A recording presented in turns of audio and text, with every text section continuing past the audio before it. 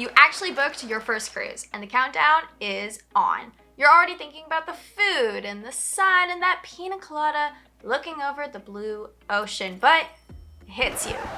What do I actually have to do now? Booking the cruise is the first step, and there's a lot more exciting things to look forward to. But there's also some things that we just need to cover our ground on. What do I pack? Where are my documents? What happens on day one? You're imagining 1,000 different things right now, and we don't want one thing to sink your dream vacation. We're going to address everything from what to do before boarding to boarding day. This is the only prep guide you'll need for your first cruise. Hey there, if we haven't met, I'm Abby. I'm a 23-year-old cruise expert. I've been on dozens of cruises, but when I went on my first solo cruise as an adult, I was kind of nervous, even though I'd boarded well over 40 ships at that point. But it's okay to be a little nervous because you just want your vacation to go to plan. So let's make that happen. By the way, if you love all things cruising, make sure to subscribe because I do tours, vlogs, and everything related to cruising, as well as lots of tips.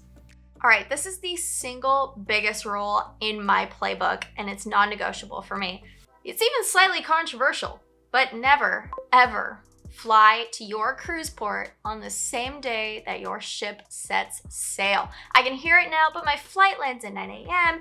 and the ship doesn't leave until 4 p.m. It's gonna be fine. Do you know how many horror stories I've read scrolling through my phone on Reddit? Like, please do not be that one person who misses their cruise. One flight delay, a traffic jam, lost suitcase, and your vacation is gonna turn into a nightmare when you're waving goodbye to the ship from the dock. And I'm gonna tell you right now, the ship, unfortunately, is not going to wait for you. Booking a flight for the day before is the single best thing you can do for your vacation. It completely just eliminates the stress of travel day. Think of it as a free bonus day of vacation as well. You get to explore the port city, you can eat some food, wake up and feel refreshed and hyped rather than stressed and sprinting through an airport. For international cruises, I actually try and get there at least 2 or 3 days early. That's also just to beat the jet lag and all of the things that can definitely make international travel a little bit more stressful. It's a tiny price to pay to protect thousands of dollars that you've spent on your cruise. Speaking of protecting your money, let me explain cruise travel insurance just a little bit.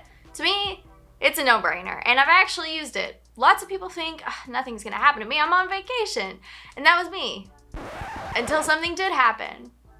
Literally 3 times in a row. I got the flu, I got food poisoning, and I can't even remember the 3rd time, but I do remember it was 3 cruises back to back, and I had to use travel insurance for it. And I'm gonna tell you right now, medical on board is not cheap. If I didn't have insurance, I easily would have had to have spent thousands of dollars. All I had to do was submit the documents to the insurance company, and they gave me the money that medical charged me. Easy as that. Now, while we're on the topic of the boring specifics and technical parts of getting ready for your cruise, let's talk about something really critical, and that is documents. Getting this right is everything. First, your passport. I really recommend getting a passport and using that over a birth certificate if you are doing a closed loop cruise, and I'll explain what that means in a little bit. But basically, if you have an emergency and you have to fly home from another country, a passport is just gonna make that so much more simple. And then we have the closed loop cruises that start and end in the same US port. Now, sometimes you can get away with just a birth certificate, but I really just recommend getting your passport taken care of. Some cruise lines even just require it. Also, make sure to check the expiration date on all of your documents, especially the passport. That has to be valid for at least 6 months after your trip ends. This is a rule. We can't break it. So while yes, you can use a birth certificate in specific cruise instances, I just recommend getting your passport taken care of. All right, so we have the passport check. Next, I recommend printing your cruise boarding pass and your luggage tags after you check in online. Get a folder and put everything in it. Passport, boarding pass, ID, visas, travel insurance, whatever you do. Do not pack this in your checked luggage. You're gonna want this in hand as you get on the ship. Sometimes the connectivity at the ports can be a little bit difficult, and it can be daunting when you're trying to load the app and get all of your boarding information and it's not really working, then you're next in line. Just have the paperwork ready just in case if something happens. Now, when you get to said cruise terminal, you're gonna find porters who will grab your giant suitcases for you. It's an awesome service, but it also means you're probably not gonna see your baggage for quite a while, a few hours.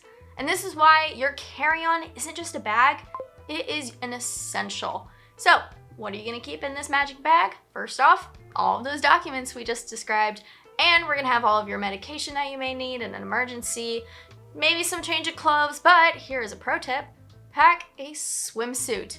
Everyone else is gonna be lining up at guest services and waiting for their bags and stressing out by the elevators. You know what you're gonna do? You're gonna go chill by the pool with a drink in hand already, and you've started your vacation as soon as you stepped on board. This is also really a great time to explore as well, but this one simple move means your vacation starts as soon as you get there, not when your suitcase shows up. Now, speaking along the lines of what to do in those first few hours on board, just so you know, you're probably not going to have access to your cabin immediately when you board.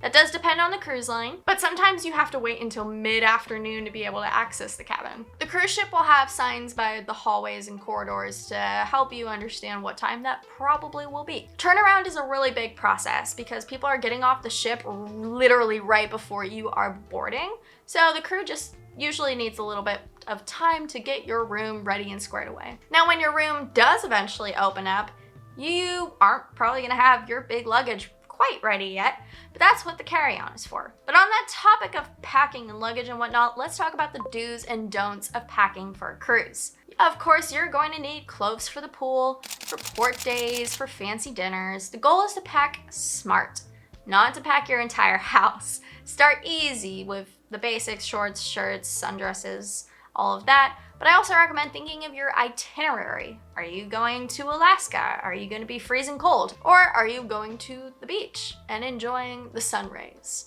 Also, something good to know is dining rooms typically have some sort of dress code, and usually no shorts or t-shirts in the evenings. It's pretty standard amongst cruise lines, so just make sure you do have some nicer clothes. It doesn't have to be super formal unless it's formal night. A lot of cruise lines have something called formal night, but don't let it freak you out. You do not need a tuxedo or anything like that. Typically, pants and a collared shirt work fine for gentlemen. For women, a cocktail dress or a nice top and skirt also is all you need. But my personal recommendation is always just pack some layers. Even if I'm on a Caribbean cruise, the AC in like the theater, the ice skating rink, the main dining room, it's usually a little bit chilly in there. Also, if you're gonna go outside and watch a movie by the pool deck, it's just nice to stay cozy. So I recommend like a cardigan or just a nice light jacket. And please do not forget comfortable shoes. No, you don't need to pack your entire wardrobe of shoes, but you're gonna be walking an insane amount on these gigantic ships and in ports. You'll probably need some good walking shoes along with sandals for the beach, and maybe actually water shoes for the beach as well. That's super helpful and something I always recommend to people so your feet aren't as sore walking across all of the rocks and whatnot. Now, let's talk about some genius items that will make your cabin 100 times better. First, let me just preface by saying cruise cabins notoriously have not been known for having a lot of electrical outlets, at least older ships. The solution is my personal cruise favorite, a multi-port USB hub. I use this one personally, and it is perfect for literally charging all of my devices. I have to say though, anything you bring cannot be surge protected. Surge protectors are a fire hazard on ships and they will be confiscated. Some lines like Royal Caribbean have banned all power strips just to be safe. Another thing I recommend is magnetic hooks. Fun fact, the walls in your cabin are metal, so the hooks are great for hanging lighter items like hats, bags, like swimsuits, anything you want to keep easily accessible. Also, shoe organizers that go over the door can be a really good hack as well. It's great for like toiletries, sunscreen, little things that you don't want to lose track of as well.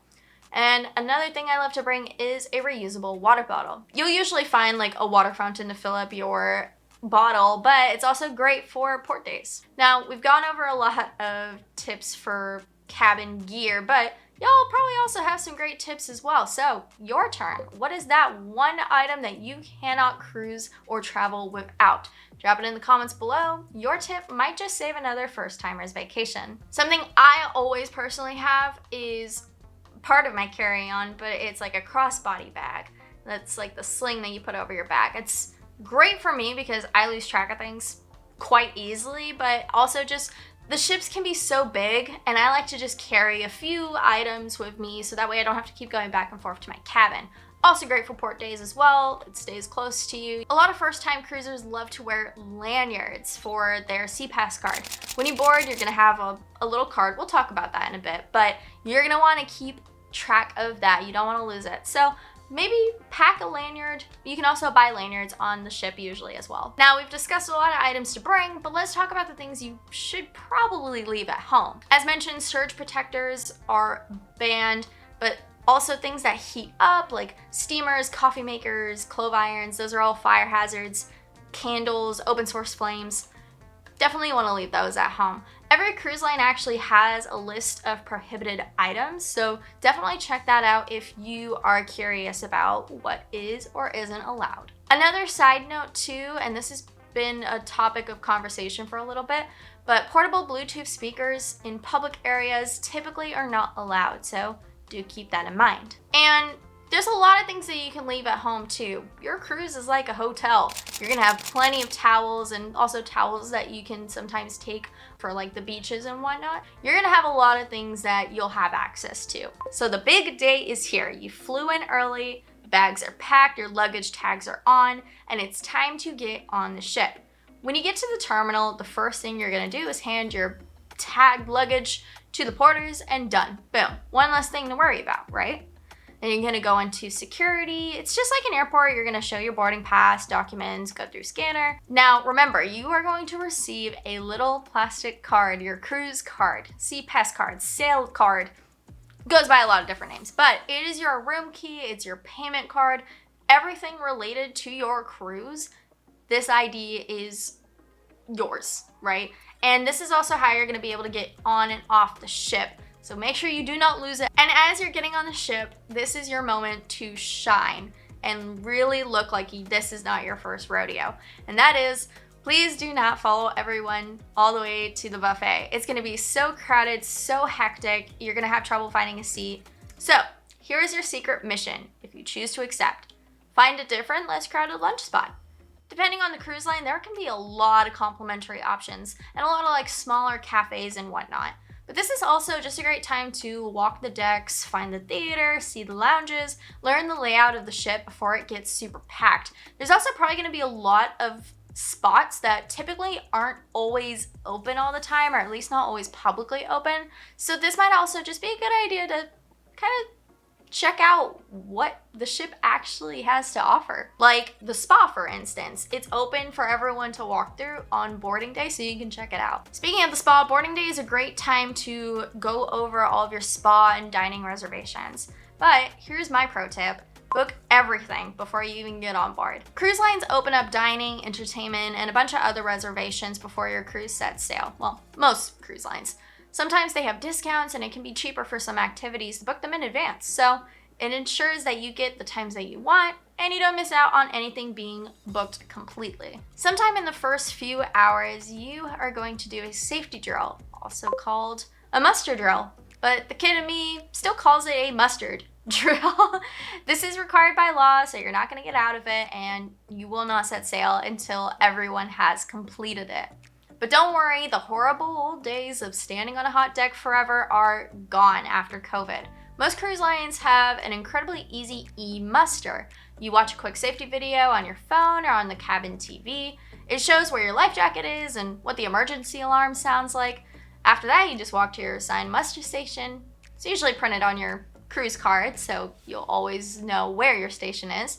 And this is where you'll check in with a crew member, and that's it, you're done. A lot faster, a bit more painless. Always good to have all this information in the back of mind in case of an emergency. Also, this is a good opportunity if you do have kids to check into the kids club area. This is also a good opportunity for them to understand how the safety process works as well. If your kid is hanging out in the kids club, they usually have their own process for making sure that your kids are safe and that you'll eventually meet up. Okay, so you made it this far into the video. Let's go over a few additional tips as a thank you. Before you leave, make sure to check your phone plan and roaming charges. Many first-time cruisers get hit with huge bills because they just didn't know. Wi-Fi packages are typically available, sometimes included for some cruise lines, but make sure you figure out what your plan is going to be. By the way, cellular at sea is not the same as international data. If you're curious, ask your cell phone provider what plans they offer, and also check out what the cruise line offers as well. Just if you're deciding not to use the internet or anything, make sure your phone is on airplane mode. As well, a lot of cruise line apps do have messaging within it. I recommend downloading the Cruise Lines app before setting sail, before you even get to the port terminal, because one, the Wi-Fi is not going to be super great, so it's going to be a bit of a slow download, but two, it's going to help with all of the reservations, all of the information about what's going on around the ship, and it's also going to have a map to help you guide you to your next adventure. Another quick tip is to pre-register your payment method. It makes embarkation a lot faster, and it prevents the surprise line at check-in kiosks and guest services. Guest services is always super busy on boarding day, so just avoid it and get it done ahead of time.